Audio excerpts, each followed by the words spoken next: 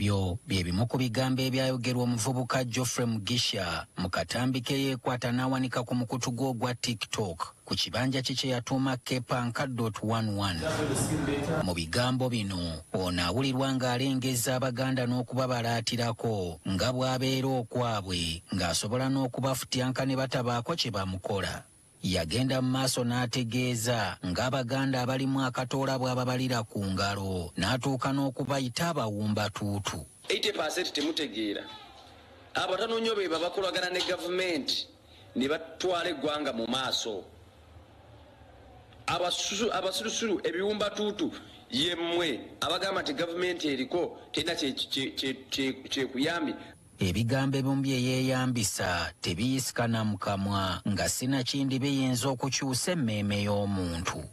Akatambi kano Mugisha yakasuulayo ku mutimbagano era mu bbanga ttono kaali kasaasaanye buli wamu, ekyaviirako abantu okwebuuza ono gy'ajja amaanyi agatuuka n'okuyisa eggwanga ddamba mu kamwa ke. Mugisha ng'ebintu bimutabukidde yadda n'akatambi akalala nga yeetonda, wabula bangi okwetonda kwe ne bakukubamu ebituli nti kwalimu okubalaata kungi. Navuddeyo neetondera Abaganda n'Obwakabaka bwa Buganda okutwaliza awamu ku byonna bye nayogedde few days back, naye abasinga obungi mwalemezaamu mu kunvuma na n'okutiisatiisa. Naye bana njagala tulowooze bulungi Abaganda nga tribe mu tribe za Uganda zonna ndowooza teri abasinga vuma. Ono yatuuka n'okutegeeza nti ku olwo lwe yakola akatambi akavuma yali alina by'akozesezza oboolyawo ebyamutemba ku jjoba okumuwandagaza ebigambo ebikaawunga omusu. Bannange oluusi si yenze nnywaho ku walagi nkozesaaho ku biragalalagala ebimu.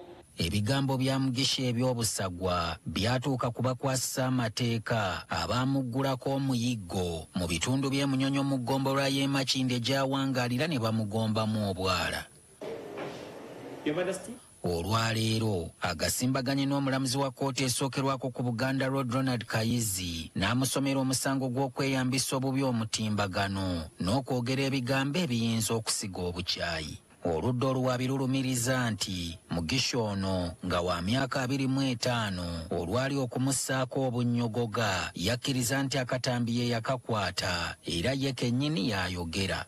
Kyokka omulamuzi bw'amubuuzizza obanga bye bamwogerako bituufu ate abyegaanye n'ategeeza nga ye bw'atabyogerangako. Kyokka ate oluvannyuma akubye enkyukira ne yeetonda ng'agamba nti yayogeza busungu oluvannyuma lw'omuntu omu gw'alowooza nti Muganda okujja ku kibanja kye n'amuteerako obubaka ng'amujjukiza ng'Abanyarwanda bwe bajja okutuuka akaseera baddeyo ewaabwe gye baava.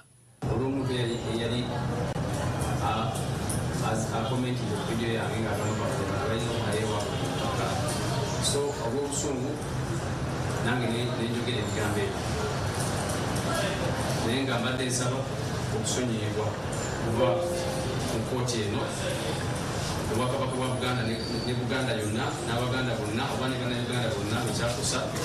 Omulamuzi amusindise ku meere agire ng'abeerako eyo okutuusa nga 19 omwezi ogujja lwalidde okulaba ate we batandikira. Newankubadde amateeka gafubye okukola ku bantu abadda ku mikutu gino ne bavumirako bannaabwe nga n'oluusi tebalina kye babakoze, okuyiga n'okubendegera bibadde bitono, ate nga kisinga mu bavubuka abato ddala abalowooza nti ebibakwatako ku mikutu gino byekusifu nnyo ne beerabira nti n'ekiri ewala empenduzo yekijja.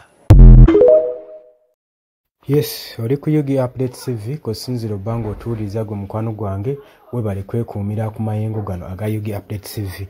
Gwe yenna atanatuyunga ku nkutegeeza ntikirira wansi waliwo ekigambo subscribe kikoneko ojja kubanga osobola bulungi nnyo otwegattako. Bannange omuvubuka oyo tumumanyi bulungi Kampaka nga bwe yagenda mu maaso n'okuvuula Obwakabaka bwa Buganda. Ngina mu maaso n'okulabula abavubuka abaliyo ng'oyagala ku trendinga, ng'oyagala kubeera mumanyifu, oyagala family yammwe ebere proud of you. Ebyokulumbagana eggwa amawanga mu biveeko, saako n'abakulembeze mu biviireko ddala, kubanga ababawaga eno tebajja kubeerawo mu ssaawa envanyuma ng'osaavinga ekibonerezo kyo. Nakugambye era nakugamba nti you are free to make any choice, to choose. Naye you are not free from the consequences that can come from your choice. Ne weewaawo oli waddembe okukyuzinga ky'oyagala okola choice yo, naye binaava mu choice yo ojja kuba toli free ng'era tolina control ku byo. Kale bwe bityo omuntu osobola okumanyikibwa mu ngeri nnyingi nnyo. Ziri engeri bbiri. Mu ngeri ng'omuntu eyaleeta ekizibu mu ggwanga n'omuntu eyasolovinga ekizibu. Kati gwe waaki weewaayo okwegamba oli recognizingibwe ng'omuntu eyaleeta ekizibu mu ggwanga? Tribalism, omwana mulenzi ono gye yali ateekawo, kintu kinene nnyo kisobola okubeerawo decades of decades nga temukisolovinganga. So tukuutira mwenna abali eyo abaagala okutrendinga ku TikTok oba ku social media, munoonyeeyo content omulala